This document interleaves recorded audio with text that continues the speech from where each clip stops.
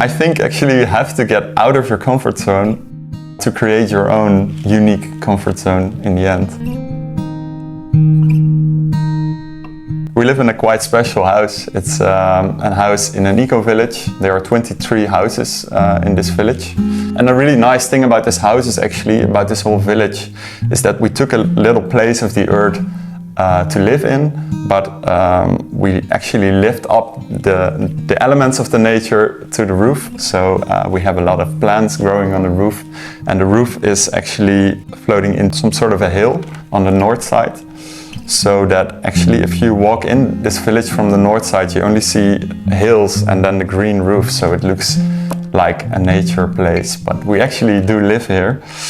And what is also really inspiring about this place is that every house has its own identity, and they are all made from a lot of reused materials. So we try to create things out of waste. For example, all the walls are built from old tires. Yeah, it's a really special place to live, really close to the nature, actually in between the nature. And this is our home.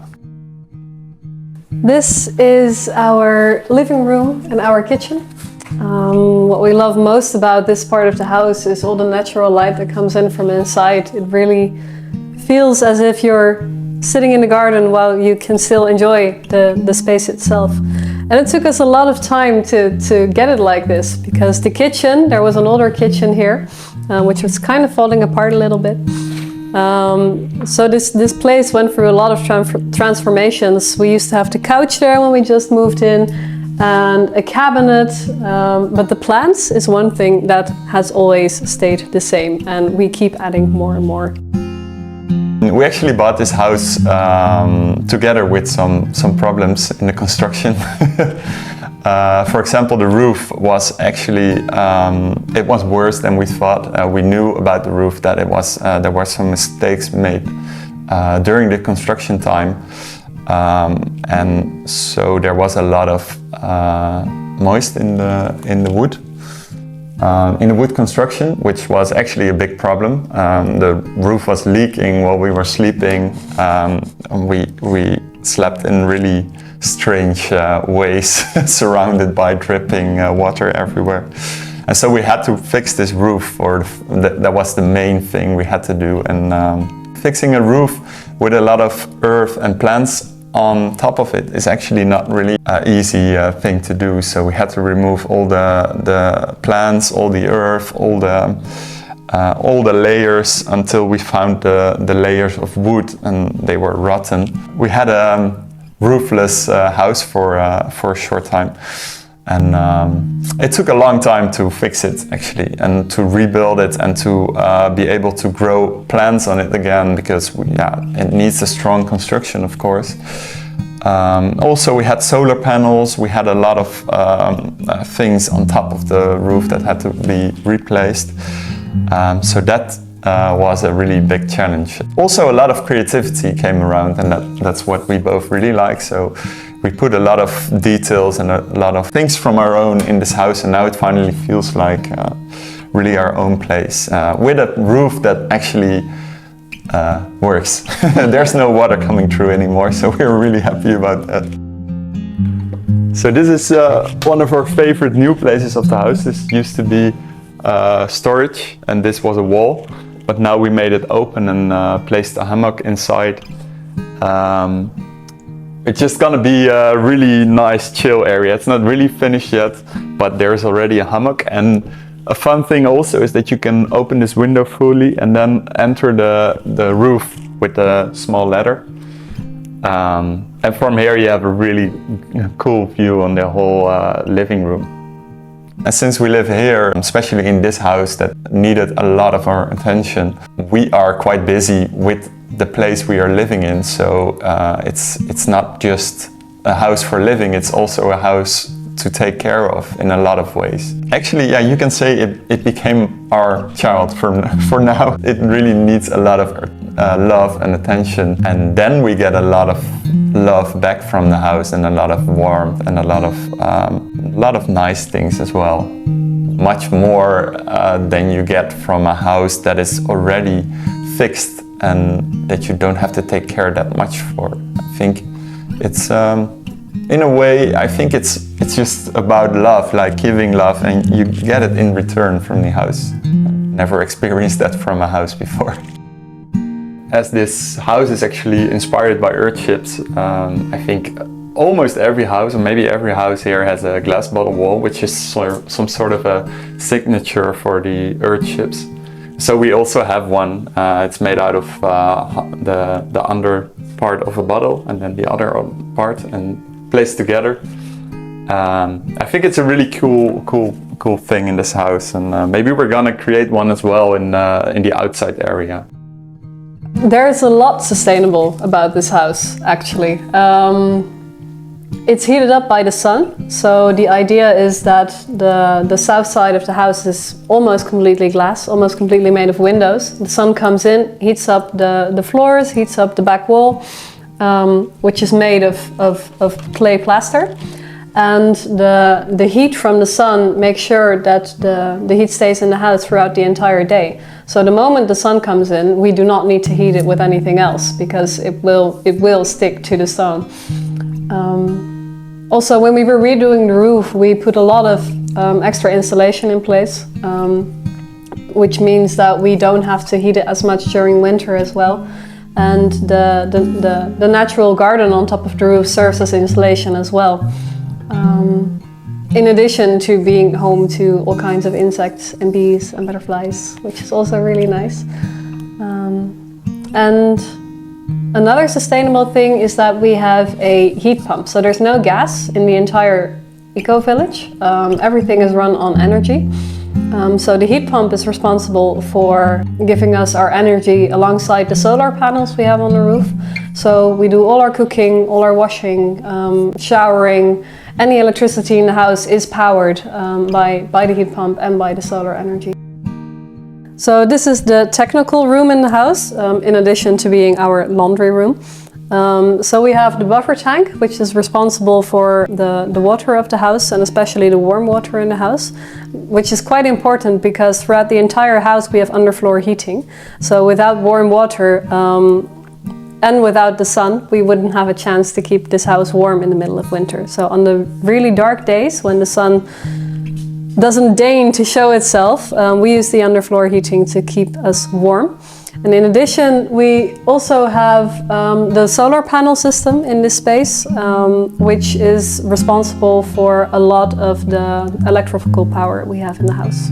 The entire village gets their water from a natural well that was dug during the time of the build or tapped into. So every type of water we use in the house, whether it's for washing up or for showering or for watering plants, is from that natural source.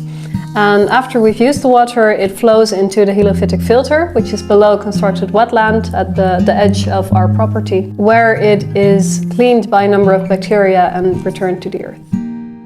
So now we entered our Mediterranean bathroom. Actually, we have a lot of plants again in this place. And it's quite big. A lot of people say like, whoa, this is way too big for a bathroom, but we really like it because we can make it really like a relaxed area, and we have a big shower. And the idea is to grow plants also over the shower, so that you shower in between all the leaves, which makes it feel like you're really into nature again. And we have a bath, and actually everything we ever wished for in these bathrooms.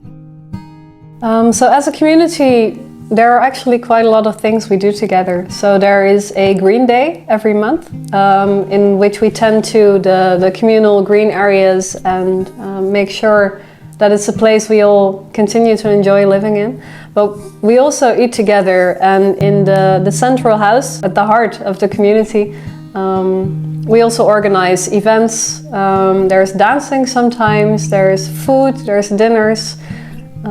It's a vibrant community, but it's also a place where you can draw back and have a place to yourself. So I think there's a wonderful balance in that. We also have a quite big community garden. Since this year we have our own little plot, and we've been growing our own vegetables, which is really cool. We really enjoy doing that. And it's something that is taken care of by the people who live here as well. And if you help, but also if you can't help and you help in other ways, the vegetables are just distributed throughout the village to the people who want them or need them. So this is our office space and also for a sleeping place for friends sleeping over. Yeah, a special thing about this place is that it had no roof. When we were fixing it, we had to replace the whole roof. So we created a ceiling that feels like you're sleeping under the stars, because in between the bamboo you have these little specks of light, and when it's completely dark outside, when night has fallen, it looks like you've got the night sky above, while actually above is a roof filled with plants and life. And during the day it looks like the sun is shining through all this bamboo. Feels like summer even if it's raining outside, and that's really nice, especially when you're working here the whole day. Would we recommend this way of living to other people? I think so, yes, because I think a lot of people are way too disconnected to nature and to actually being human. I think this way of living really invites you to get more into nature and to get to know more about nature, and we learned a lot from it. In the beginning we had a lot of doubt about construction and about using big tools. After fixing the roof and stuff, we are a bit better in in doing constructing work, and I think it's really good to know a lot of things we learn. I think a lot of people live especially people in the city, they live really in an easy way actually. If you live in the city, everything is fixed for you. Like, yeah, you have to work, of course, and you have to earn money, but if you have a problem with your house, there is someone who's fixing it. And if you need food, it's there in the supermarket. But I think maybe we will end up in a time where there is not that much food in the supermarket and where you have to build your own house, for example. It's really good if you have the knowledge to fix things yourself. So in that way, I would recommend it to a lot of people because it's, and I think we both believe it's a really important experience in living or being alive to live in a house like this, closer to nature. We've already built so many nice memories since we've moved here, because we've been through a lot with this house already. And I think one of the best things that came from it is when we were building the roof was both a blessing and a curse. It was a curse because it took a lot of us, but it was a blessing because of how many people came together to help us with it. And that after a long day working together in either the heat or the rain or the wind or any other challenge that nature decided to throw at us, we could sit together, the people who were helping us, and play games and have fun and laugh it all away, every hardship that we encountered. And I think it's because of the positivity and the energy of all these people that helped us that we now get to enjoy the fruits of all the hard work, and that we now get to live in a house that feels so much our own.